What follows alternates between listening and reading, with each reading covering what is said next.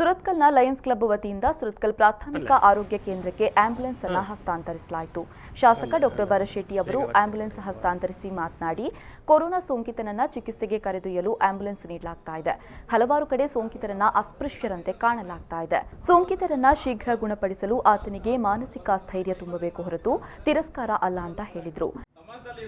ಸಾಮಾನ್ಯ ವ್ಯಕ್ತಿ ಆಗಿರ್ತಾನೆ, ಅವನಿಗೆ ಒಂದು ವೇಳೆ ಅವನಿಗೆ ಕೋವಿಡ್-19 ಅಥವಾ ಕೊರೋನಾ ಪಾಸಿಟಿವ್ ಬಂದಾಗ ಅವ ಮನೆಯಿಂದ ಕರ್ಕೊಂಡು ಹೋಗುವಾಗ ಅಲ್ಲಿ ವಿಡಿಯೋ ರೆಕಾರ್ಡಿಂಗ್ ಮಾಡೋದು, ಫೋಟೋ ತೆಗೆಯುವುದು, ಅದನ್ನು ಪುನಃ ಎಲ್ಲೆಲ್ಲಿ ಹಾಕೋದು, ಮತ್ತು ನಮ್ಮ ನೇಬರ್ ಬದಿ ಮನೆಯಲ್ಲಿ ಯಾರಿಗಾದ್ರೂ ಪಾಸಿಟಿವ್ ಆದ್ರೆ ಅವ್ರನ್ನ ಸ್ವಲ್ಪ ಅಸ್ಪೃಶ್ಯರಂತೆ ಸ್ವಲ್ಪ ದೂರದಿಂದ ನೋಡುದು ಜಾಗ್ರತೆ ಅವಶ್ಯಕತೆ. ಆದ್ರೆ ಅವರ ಮನಸ್ಸಿಗೆ ಘಾಸಿ ಆಗದಂತ ರೀತಿಯಲ್ಲಿ, ಅವರಿಗೆ ಸ್ಥೈರ್ಯ ಕೊಡುವಂತ ರೀತಿಯಲ್ಲಿ ಸಮಾಜ ನಡೆದುಕೊಳ್ಬೇಕಾದ ದೊಡ್ಡದಾದ ಜವಾಬ್ದಾರಿ ಸಮಾಜದ ಮೇಲಿದೆ. ಎಲ್ಲೋ ಒಂದ್ ಕಡೆ ನಾವು ತಪ್ಪು ಆಗ್ತದೆ ವಿನ ಅದನ್ನ ಕಂಪ್ಲೀಟ್ ಆಗಿ ನಿಲ್ಲಿಸಲಿಕ್ಕೆ ಸಾಧ್ಯ ಇಲ್ಲ.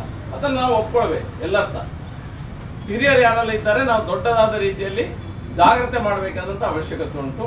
ಆದ್ರೆ ಈಗ ಬದಿ ಮನೆಯವರಿಗೆ ಬಂದಿದ್ರೆ ಒಂದು ವಾರದ ನಂತರ ನಮಗೂ ಬರುವಂತ ಪರಿಸ್ಥಿತಿ ಬರುವುದು.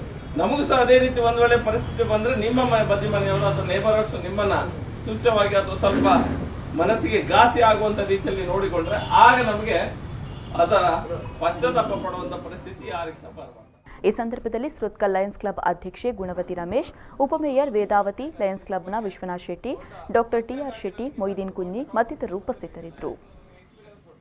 ಸುರತ್ಕಲ್ ಲಯನ್ಸ್ ಕ್ಲಬ್ನ ಪರವಾಗಿ ಕೋವಿಡ್-19ನ ಸೋಂಕಿತರು ಮತ್ತು ಶಂಕಿತರಿಗೆ ಉಚಿತವಾಗಿ ವಾಹನ ವ್ಯವಸ್ಥೆಯನ್ನು ಈ ದಿನ ನಮ್ಮ ಶಾಸಕರಾದ ಮಾನ್ಯ ವೈ ಭರತ್ ಶೆಟ್ಟಿ ಇವರು ಉದ್ಘಾಟಿಸಿದ್ದಾರೆ.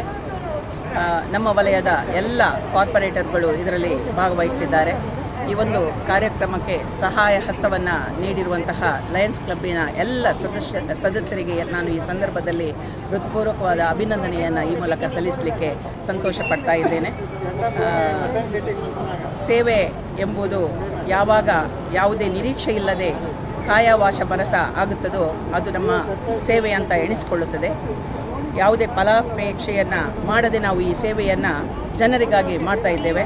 ಯಾವುದೇ ಪೇಷಂಟ್ ಕಷ್ಟದಿಂದ ತೊಳಲಾಡಬಾರ್ದು.